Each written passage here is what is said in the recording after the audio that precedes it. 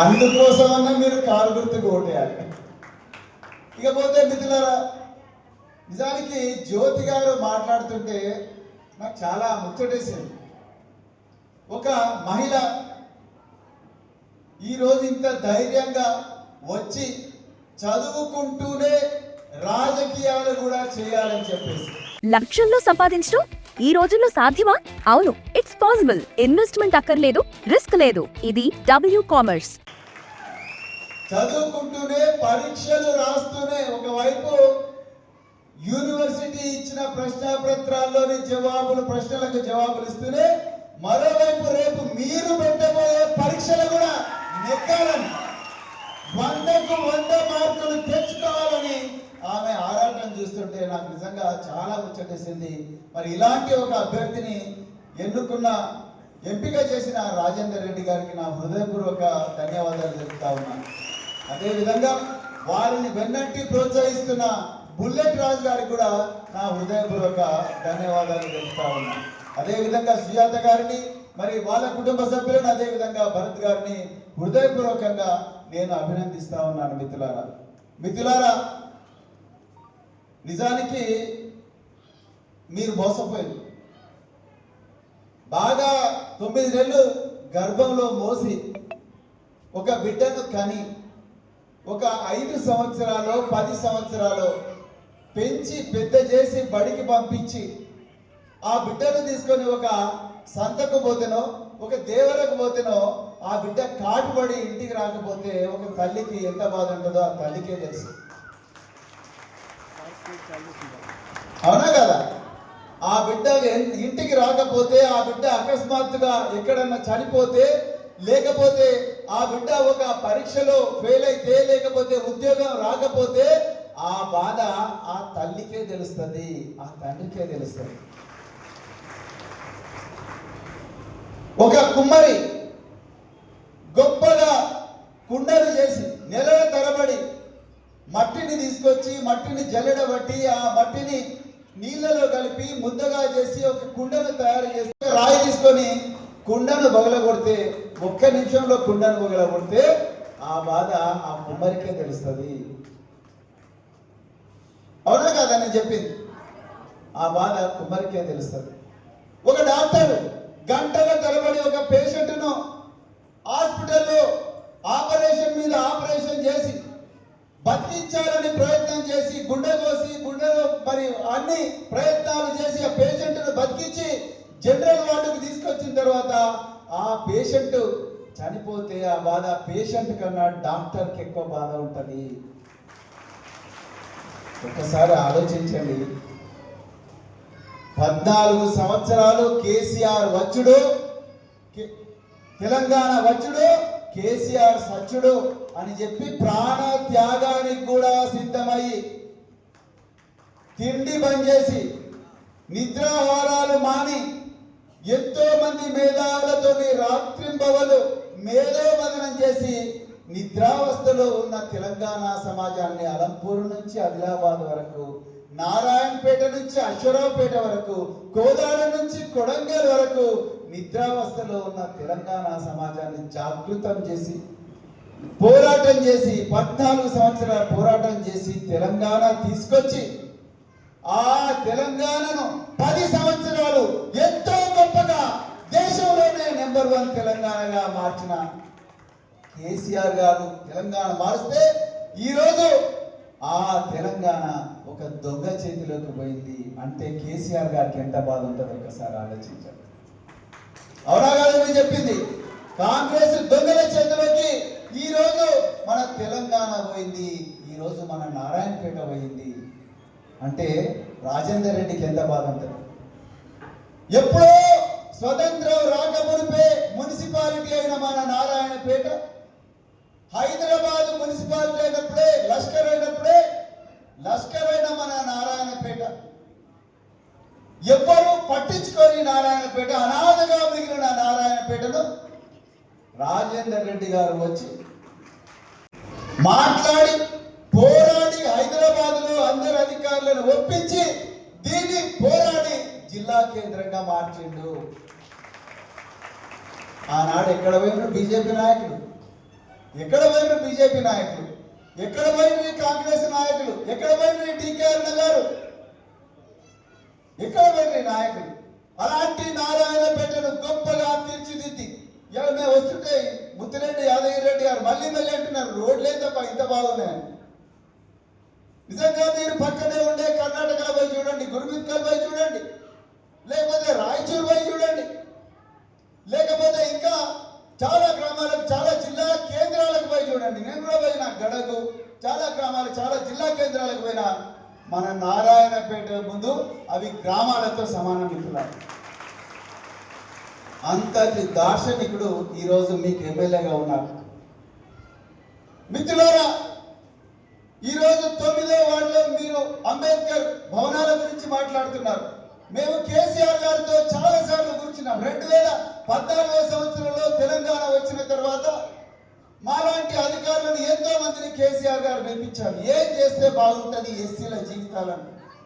ఈ దేశంలో అత్యంత అణచివేతకు గురైన కుటుంబాలు ఈ ఎస్సీలను ఏం చేస్తే బాగుంటుంది? వీళ్ళ లోపల ఆత్మన్యూనత భావం అడుగడుగున పేరుకొని ఉన్నది. వీళ్ళను మార్చాలి, వీళ్ళను సమూలంగా మార్చాలి, వీళ్ళ జీవితాలు మార్చాలి. ఇప్పటికి కూడా కేవలం 300 రూపాయల కూలీ కోసమే పొద్దున 5 గంటలకు లేచి సర్ది కట్టుకొని మరి కూలీ పనికి పోయి చీపురు గడ్డలు పట్టుకొని రోడ్లు తుడుస్తూ ఎవరు చేయలేని పనిని వీళ్ళు చేస్తూ మళ్ళీ ఇంటికొచ్చి ఆ 300 రూపాయలు మాత్రమే అవి చూసి సంతోషపడే కుటుంబాలు తరతరాలుగా. నేను బుల్లెట్ రాజు గారిని అడుగుతున్నాను, వీళ్ళందరూ ఏం చదువుకున్నారంటే సార్ వీళ్ళు చాలా మంది బడికి కూడా పోలేదని చెప్తున్నారు. స్వాతంత్రం వచ్చి 80 సంవత్సరాలు అవుతుంది. ఇప్పటికి కూడా ఇక్కడ ఉన్న చాలా మంది కుటుంబాల్లో బడికి పోలేని పరిస్థితి. అక్కడ ఒక జ్యోతి లాంటి ఒక జ్యోతి కారు చీకట్లో కాంతి పుంజం లాగా ఈరోజు మీ ముందర ఒక మీ కుటుంబాల్లో, మన కుటుంబాల్లో ఉన్న ఒక బిడ్డ. మీరు స్టోర్ క్రియేట్ చేసి లింక్ లేదా క్యూఆర్ ని షేర్ చేస్తారు. కస్టమర్ ఆర్డర్ ప్లేస్ చేస్తారు. డెలివరీ, రిటర్న్స్, రిఫండ్స్ అన్ని ప్లాట్ఫామ్ హ్యాండిల్ చేస్తుంది.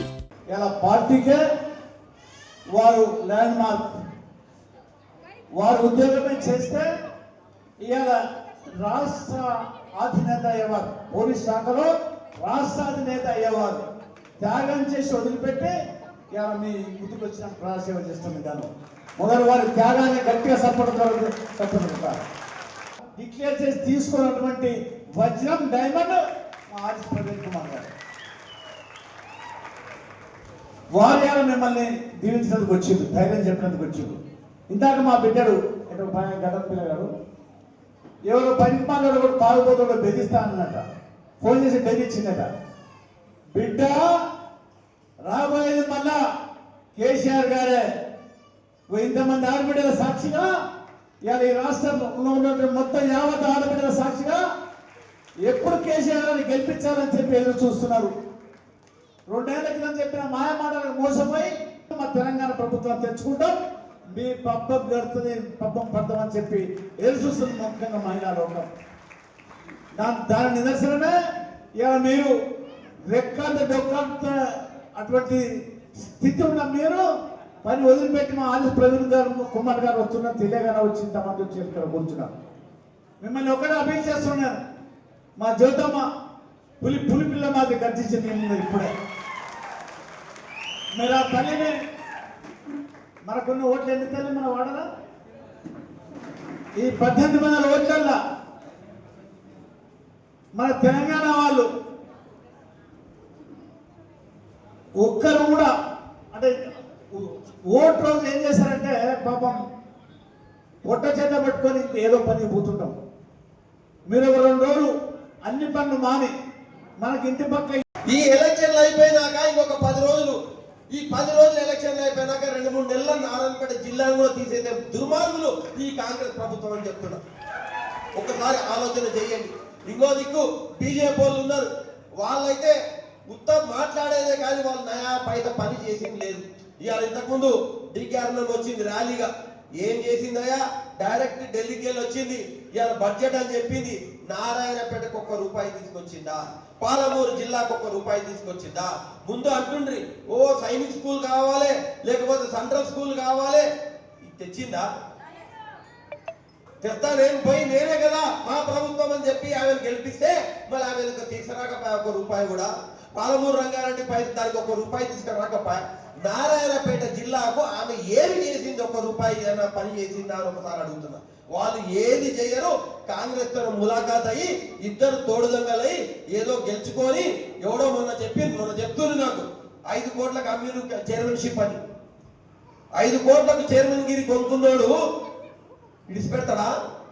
దొరికినట్లు నాకుతాడా? నాకడా దొరికినట్లు నాకుతాడు. కొంచెం ఆలోచన చేయండి. మీరంతా దళిత బిడ్డలు. ఇలా మీ ముందరకు ఒక చదువుకున్న అమ్మాయి వచ్చింది. ఆ అమ్మాయి నాకు కూడా తెలియదు, ఇలా పేపర్లో చదివిన.